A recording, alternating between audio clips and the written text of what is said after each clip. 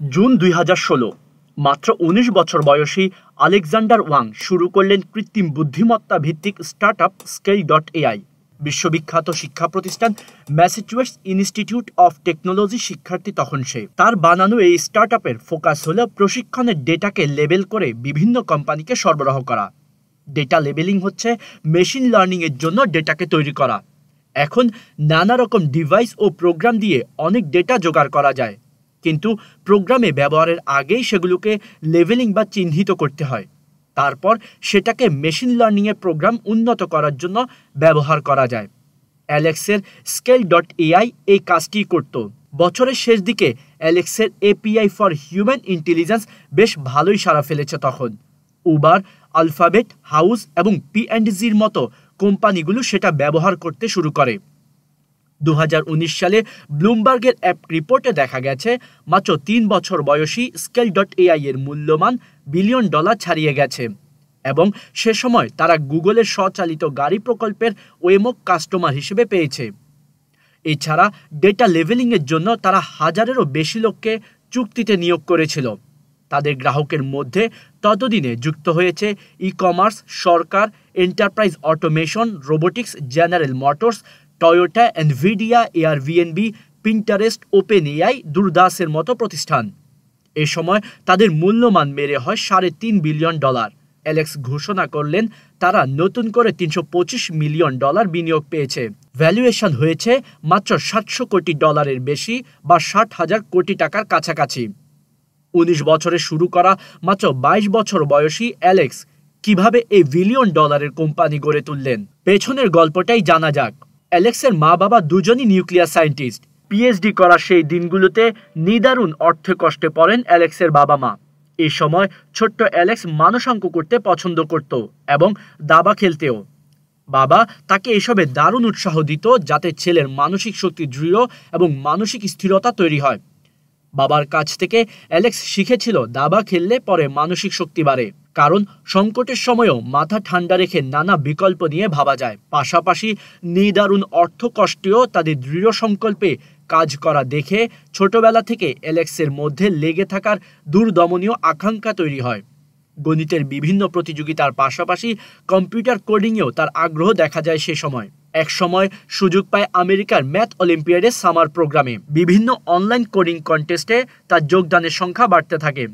এসব প্রতিযোগিতার একটি বিশেষ বৈশিষ্ট্য হলো সিলিকন ভ্যালি সহ আমেরিকার অনেক বড় বড় প্রযুক্তি প্রতিষ্ঠান এখান থেকে তাদের কর্মী বাছাইয়ের চেষ্টা করে। অ্যালেক্সের সমস্যা সমাধানের দক্ষতা দেখে সিলিকন ভ্যালির আদ্দিপার কোম্পানি তাকে সরাসরি সফটওয়্যার ইঞ্জিনিয়ার হিসেবে চাকরি দিয়ে দেয়। ২০১৪ সালে অ্যালেক্স নিউ মেক্সিকো থেকে বে এরিয়াতে চলে যায় আদ্দিপারে কাজ করার জন্য।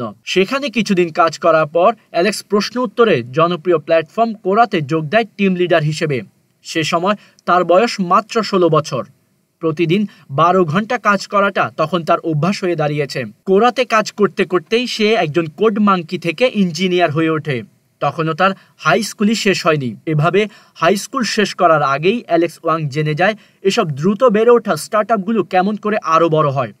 সঙ্গে সঙ্গে তার নিজের কোডিং দক্ষতা ও চিন্তার গভীরতাও পোক্ত হতে থাকে। 2015 সালে MIT-তে চলে যান অ্যালেক্স ওয়াং। বিষয় ছিল কম্পিউটার সায়েন্স। প্রথম বছরে কম্পিউটার সায়েন্সের machine learning, cryptography and crypto analysis, Bayesian modelling and interference, advance algorithm, advance complexity theory ইত্যাদি কোর্সও সাফল্যের সঙ্গে শেষ করে সে। পড়ালেখা, অ্যাসাইনমেন্ট, হোমওয়ার্কের পাশাপাশি নিজের একটি প্রজেক্ট নিয়েও কাজ করতে শুরু করে অ্যালেক্স। আর সেই সময়ই একটি বড় সুযোগ আসে তার সামনে। 2015 সালের ডিসেম্বর মাস। সিলিকন ভ্যালির তথ্য প্রযুক্তি বিষয়ক প্রতিষ্ঠান ওপেন ডোরের সহ প্রতিষ্ঠাতা এবং প্রধান নির্বাহী এরিক ওয়াংকে নিজের প্রতিষ্ঠানে ইন্টার্নশিপ করার জন্য অনুরোধ করেন। ওয়াংয়ের হাতে ছিল সে সময় আরও 3টি বড় ইন্টার্নশিপের সুযোগ। সেগুলো হলো ডিপমাইন্ড, স্ট্রাইপস ও স্ন্যাপচ্যাট। এ সময় সে আরও একটি ডাক পায়। পড়াশোনার পাশাপাশি নিজের প্রকল্প নিয়ে সাক্ষাৎকার দিয়েছিল আমেরিকার অন্যতম স্টার্টআপ অ্যাক্সিলারেটর ওয়াই কম্বিনেটরে। 4টি ইন্টার্নশিপের সঙ্গে একদিন সকালে সে জানতে পারে ওয়াই কম্বিনেটরের জন্য সে নির্বাচিত হয়েছে। ওয়াইসি হলো আমেরিকার সবচেয়ে মর্যাদাপূর্ণ অ্যাক্সিলারেটর, যাদের হাতে জন্ম হয়েছে ড্রপবক্স, এয়ারবিএনবির মতো প্রতিষ্ঠানের। মুশকিল হলো ওয়াই কম্বিনেটরের অফার গ্রহণ করলে তাকে প্রায় সব কিছুই ছাড়তে হবে। MIT-র পড়ালেখা, স্বপ্নের প্রতিষ্ঠানে ইন্টার্নশিপের সুযোগ এবং শুরু করতে হবে নিজের উদ্যোগ। বিনিময়ে পাওয়া যাবে উদ্যোগ শুরু করার জন্য সিড বিনিয়োগ, সঙ্গে ওয়াইসির মাধ্যমে বিনিয়োগকারীদের সঙ্গে যোগাযোগের একটা নেটওয়ার্কে যুক্ত হতে পারা। কিন্তু অ্যালেক্স তার কোনোটিতেই গেলেন না। তার বদলে নিলেন জীবনের সবচেয়ে বড় ঝুঁকি। তিনি ঠিক করলেন স্বপ্নের কোম্পানি কিংবা স্টার্টআপে যোগ না দিয়ে নিজেই তৈরি করবেন স্টার্টআপ। কৃত্রিম বুদ্ধিমত্তা নিয়েই অ্যালেক্সের যত আগ্রহ, আর সেটা নিয়েই শুরু করলেন স্কেল.এআই এর কাজ। এ সময় অ্যালেক্স খেয়াল করেন 2024 সাল নাগাদ কৃত্রিম বুদ্ধিমত্তা সফটওয়্যারের বাজার হবে কম বেশি $44 বিলিয়ন। কিন্তু কৃত্রিম বুদ্ধিমত্তা ও মেশিন লার্নিংয়ের ওপর ভিত্তি করে সফল অ্যাপ্লিকেশন বানাতে হলে প্রচুর প্রশিক্ষণ ডেটার দরকার। অনেক কোম্পানি নানা উৎস থেকে ডেটা সংগ্রহ করলেও সেটিকে কিউরেটেড করাতে পিছিয়ে পড়ে। এর একটি কারণ হলো তাদের এআই বা এমএল ইঞ্জিনিয়াররা কিউরেটেড ডেটা দিয়ে অ্যাপ্লিকেশন বানাতে দক্ষ, কিন্তু ডেটা কিউরেশন মনোটোনাস ও প্রচুর ধৈর্যের কাজ। অ্যালেক্স এই সুযোগই নিল। তার লক্ষ্য বিভিন্ন কোম্পানির সংগ্রহ করা ডেটাকে লেভেলিং করার কাজ করে দেওয়া।